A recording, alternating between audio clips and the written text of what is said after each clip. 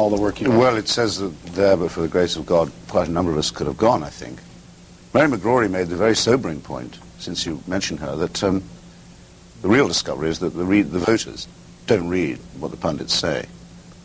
So that the only people who they probably steer wrong are the candidates who care obsessively about the press and their image. So I think there's some hope in that, at any rate, that only the aspirants for president are fool enough to believe what they read in the newspapers. Why are we doing all this, then? I've no idea. It beats me. I mean, if you were starting now to design a system for picking the President of the United States, it couldn't possibly look anything like it does now. Well, the press spends too much time covering the United States, not the world. And the only story going, or the most exciting one, is the horse race, the presidential race. And it seems each year it begins earlier and earlier. And the press has to talk about something, so they keep hyping up each campaign, each primary, each caucus as it comes along. And fortunes are made and destroyed in a matter of days. Let me show you a piece, speaking of pundits, from yesterday's Washington Post. And I've had 3 or 4 people mention it over the last 24 hours. And here is the front page of the Outlook section. Most people that are involved in politics in Washington read it on Sundays. Paul Taylor, political editor, says, Dukakis versus Bush, strike up the blame. Is that what it's going to be like if these two men are the candidates?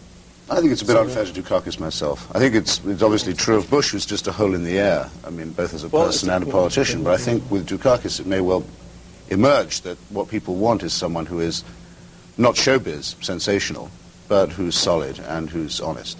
Well, the article is presuming that Dukakis will be the nominee, and that's by no means guaranteed.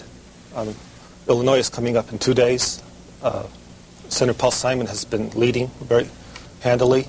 Supposedly his lead is slipping, but if it slips, Jesse Jackson will win in Illinois. And what does that say about Dukakis? I mean, Jimmy Carter lost in California, in Maryland, I believe in June of 1976 in the primaries to Jerry Brown. It was a little too late to derail him, but already indicating great weakness in Carter as a political man. Well, we see this in Dukakis now. If he can't carry Illinois, how can he logically be the front runner and the nominee? We've talked a lot about this man, and he ends up this week on the cover of Newsweek. And one poll, the Chicago Tribune this morning, shows him leading 32-29 to Senator Simon. The Washington Post poll has a wider margin the other way. What do you think of this man, Mr. Hitchens? Well, I'm more and more impressed. I'm much more impressed than I was last time, when he still seemed to be, you should pardon the expression, but a slightly ghettoized candidate. I mean, both in the way he thought and in the way he spoke. What's impressive this time is he's emerged really as almost as a workers' candidate, as a candidate for those who have to earn money rather than make it, who are still probably a majority in this country, and being able to make really striking impressions in unexpected parts of the country, in spite of a really wretched coverage of the early part of his campaign, where people would simply look to see how white a state was and say, well, he can't do very well there, and where the sort of bogus euphemism unelectable was used, in effect to mean black. Now, as my colleague Alex Coburn puts it, the votes are in from the old slave-owning states of Maine and Alaska and places like that, and showing very strong performance among white and blue-collar voters. I think it's the most impressive thing of the campaign, because it's the only surge that hasn't been done by image and done by consulting opinion polls. He's come from a real movement, a real feeling. Molly? Well, Jackson is curious. I mean, first I'm reminded of Amos Perlmutter's, the late Nathan Perlmutter's remark that suddenly people, something to the effect that Jackson is being praised now for no longer being a bigot. Well, on the face of it, we don't really know. The Jackson we have today is probably no different from the Jackson we had 4 years ago. His political tactics might be a little shrewder, but that doesn't say much. And the fact that he's doing so well, I think, testifies primarily to the weakness of the other Democratic candidates. They're just not making any impact. And Jackson, who's been running for years, well, there's a lot of name recognition. There's a lot of naivete. He can be very charming, charismatic, no doubt. But that doesn't say his views have really changed or evolved from '84. He's still essentially a third world type candidate. He's in his basic values. He's represents everything I think this country stands against. He's unelectable not because he is black, but simply because he is radical. He's extremely radical. And people are naive if they don't see that. Let me mention that you mentioned he's got off to a slow start with coverage, press coverage. And this morning's Washington Post, Jack Carmody, in his television column, talks about a survey that's been released by the Center for Media and Public Affairs of 532 election stories telecast on the 3 commercial networks, January the 1st through Super Tuesday, March 8th, show that Democratic candidate Jesse Jackson got the best by far with 74% favorable evaluation regarding his job and campaign performance, stands on issues and assessments of character, and 90% positive horse race prediction. Surprise you? Yeah, I can only say it certainly didn't feel like that, and it certainly didn't feel like that in the early stages of the campaign. I think that as State Department people like to say, I haven't yet seen the full text of that report, but I imagine it would be for a later phase of the campaign. Audience is looking at Newsweek Inside, the power broker. This is the cover story for the week. Vladi, what's your reaction to those statistics? Well, again, they disturb me in that people aren't addressing the real issues behind Jesse Jackson. Louis Farrakhan was in Washington last Friday for a lecture at the University of the District of Columbia, and his goons happened to beat up a lot of the few protesters brave enough to show up during the speeches by Farrakhan and other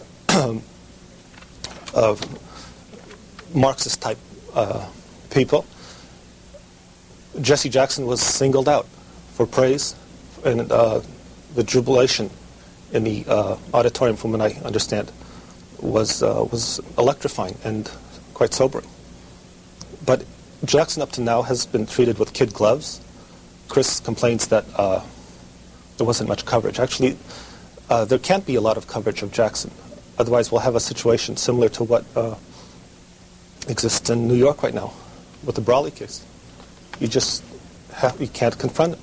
Chris Hitchens, let me ask you about the cover of Time magazine this week. Here's another man that everybody will recognize, a word that's back, a phrase that's back, the Big Mo. What do you think of George Bush? Incredibly little. I mean, he seems to have, it seems evident even to his own supporters that he has no principles and can be filled up with whatever stance or position may seem appropriate to the latest polling figures. He's been a gross and persistent liar about his part in the Iran-Contra scandal. And I think that now that the field has narrowed to him and the absurd rather flap has died away, people will start asking what was in that memo that Rather was trying to ask about, rather than how well Bush did in avoiding the question. The question's going to keep coming up. I think the coincidence of Bush is nearing the nomination at about the time that Lawrence Welsh nears his conclusions is going to prove very exciting. And we may finally see a little justice done to the administration's perpetrators. Lonnie? Well, the fact that the Christopher Hitchens of this world think incredibly little of George Bush, I think, is something Bush should be happy about. People have consistently underestimated him throughout this campaign. From the early days, he was belittled by the press, by the intelligentsia, as a man who stands for nothing, who has no principles. The only weakness I can detect so far is that Bush does not project well on television. Privately, he's the most engaging man, a very decent man, and anyone you talk to will tell you that. He's a very principled man in that he's a very civilized, decent man, which again in politics is somewhat of a rarity. And as far as Iran-Contra goes, it's very curious that people never brought up Bush's role in it until he became a major candidate. Well, that's absolutely untrue. Mm-hmm. That's absolutely untrue.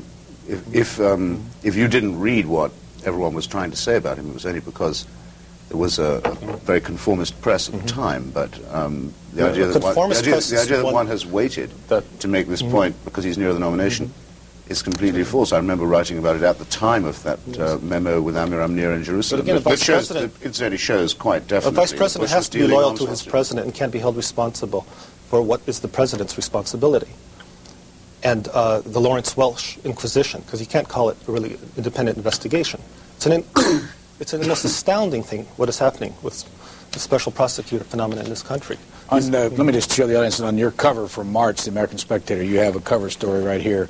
Written by Charlotte Lowe, I believe, of the Washington Times. Insight Magazine. Yes. Of Insight Magazine, excuse me. You go ahead, I didn't mean to interrupt. I want to show the audience that they could read more about this. Okay. Well, I mean, one of the points Ms. Slow makes is that Walsh has been given an incredible kind of free hand, a huge staff, an unlimited budget, one case to pursue, and he's been pursuing it for well over a year now, it seems, in a most inquisitorial way. I mean, everything is suspect, and he can almost subpoena whatever piece of paper suits his fancy. He has no time pressures other than political time pressures. He has no other cases to worry about. This is clearly